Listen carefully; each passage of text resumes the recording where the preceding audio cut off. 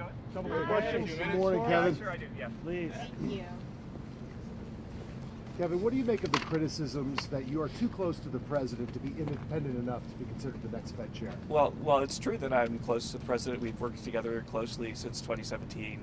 I think that the idea that being close to the president and serving the president well disqualifies someone for any job just doesn't make any sense to me. How concerned are you the unemployment rate keeps rising? Well, the other thing that rose was labor force participation. And I think that right now, I think for those two things to happen, probably what's going on is the 250,000 federal government workers who took the buyout are staying in the labor force and looking for work. And so we saw a big reduction, about 250,000 in federal employment. We saw an uptick in the unemployment rate, but we also saw an uptick a few months in a row of labor force participation. So I think those government workers are out there looking for jobs.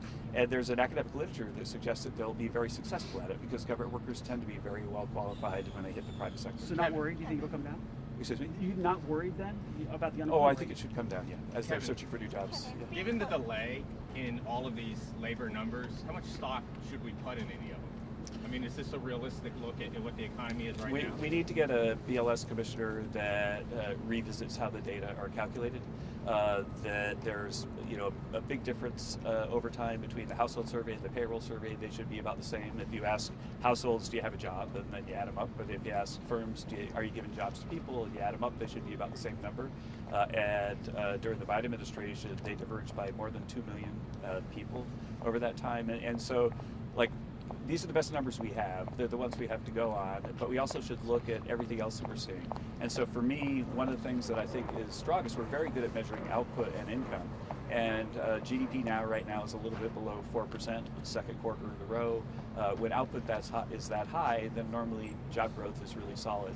And so it'd be very unusual for job growth not to keep up with GDP in the long run once we see the revisions. But are these numbers accurate given there was such a delay with the government shutdown and how they were reported? Yeah, I think that the surveys were done according to their normal procedures. Yes.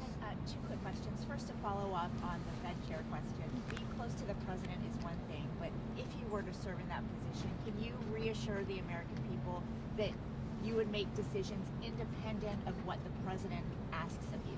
Yeah, the job of the Federal Reserve Chair is to run the Federal Reserve independently. It's also the job of the Federal Reserve to be nonpartisan and to focus on monetary policy.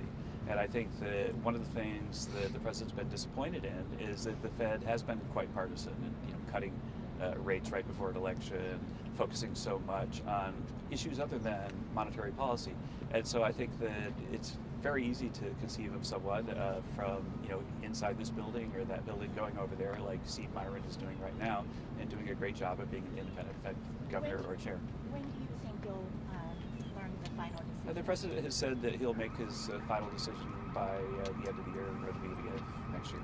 Where do you think interest rates will go from here? Do you think how much lower do you think they should be? Well, because we've got such a huge increase in supply, which we're seeing, there's a capital spending boom. We've got groundbreakings for factories all over the country. We've got plans to increase power generation that's unlike anything I've ever seen, like maybe in the next 5 years, getting as much new power online as we've done over the last 20 or 30 years.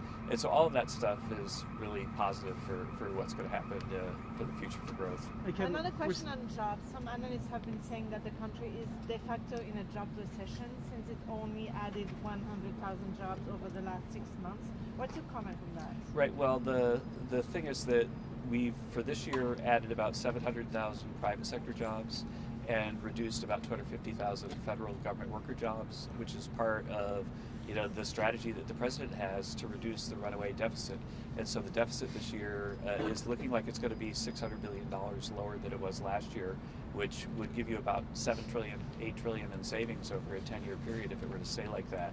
And so that's really, really good for the long-run health of the economy. And the job number has stayed strong, even though we're being really fiscally tight by reducing the deficit so much. And that's a sign of the success of the whole portfolio of policies. I think I have time for one more So question. Kevin, wait, we're seeing construction jobs now. Yeah. When does that become manufacturing jobs because we haven't had laws? Well, they have to finish the building. Right. So But yeah. when do you think? What's the time frame? 6 months? Yeah, Maybe? 6 months. You something think like first, that. second quarter? Yeah. We'll that's start to about see the right. manufacturing jobs sort of kick That's up? about what it should be, yeah. Thanks. Okay, thank you guys. Thank you, Hassett. When are you aiming to get those stimulus checks?